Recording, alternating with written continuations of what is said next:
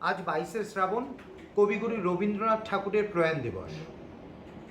আজ কিছুক্ষণ আগে সংবাদ মাধ্যমে দেখছিলাম তৃণমূলের এক নেতা তথা মন্ত্রী তিনি অদ্ভুতভাবে একটি শব্দ উচ্চারণ করলেন।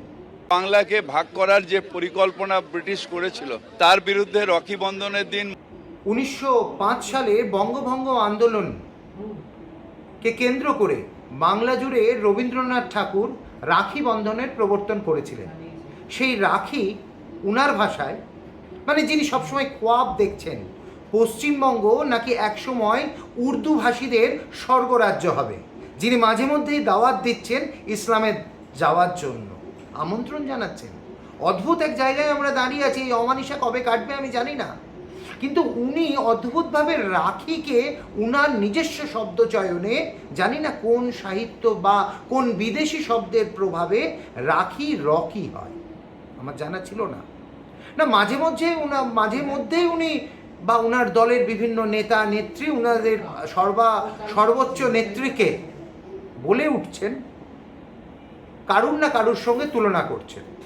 আমি ধন্যবাদ জানাই আমাদের মুখ্যমন্ত্রী মমতা বন্দ্যোপাধ্যায়কে, তিনি গর্জে উঠেছেন এর প্রতিবাদে। সেই দিন এর বিরুদ্ধে রাস্তায় নেমেছিলেন রবীন্দ্রনাথ ঠাকুর, আজকে রাস্তায় নেমেছেন আমাদের মুখ্যমন্ত্রী মমতা বন্দ্যোপাধ্যায়। কখনো মা শারদার সঙ্গে তুলনা করছেন, আর আজকে তো সরাসরি মন্ত্রী সাহেব জনাব ববি হাকিম সাহেব করেই ফেললেন রবীন্দ্রনাথের সঙ্গে মাননীয়ার তুলনা। তার কিছুক্ষণ আগে মাননীয়া যখন বলছেন, সেখানে ভারতবর্ষ কবিতাটার দুটো লাইন বলতে গিয়ে আমরা শুনলাম উনি কি বলেছেন। হেমর তীর্থপূর্ণ চিত্ত জাগরে ধীরে এই ভারতের মহামানবের সাগর তীরে, হেমর তীর্থপূর্ণ চিত্ত জাগরে ধীরে, হেমর তীর্থপূর্ণ চিত্ত জাগরে ধীরে। দেখুন, প্রতিদিন প্রতিনিয়ত বাংলা ভাষাকে যেভাবে ভাষা সন্ত্রাস চালানো হচ্ছে তৃণমূল নামক রাজনৈতিক দলটির মাধ্যমে, এটা আমাদের কাছে অত্যন্ত দুঃখের এবং লজ্জার। বাঙালি হিসেবে বাঙালি অস্মিতার সঙ্গে যে জিনিসগুলো যায় না সেটি বারংবার তুলে ধরা হচ্ছে। শুনুন, আমরা অত্যন্ত উদার মনের সঙ্গে একটা প্রশ্ন রাখতে চাই, বাংলা আমরা বাংলাতেই বলতে চাই খুব পরিষ্কার করে। জল আমাদের পানি নয়, আকাশই আমাদের আসমানি নয়, রামধনু আমাদের রংধনু নয়, বাবা আমার আব্বা নয়, মা আমার আম্মা নয়। এই যে জায়গা আপনাদেরকে নেমন্তন্ন জানাবো, সেটা আমি আপনাকে দাওয়াত দিতে পারি না।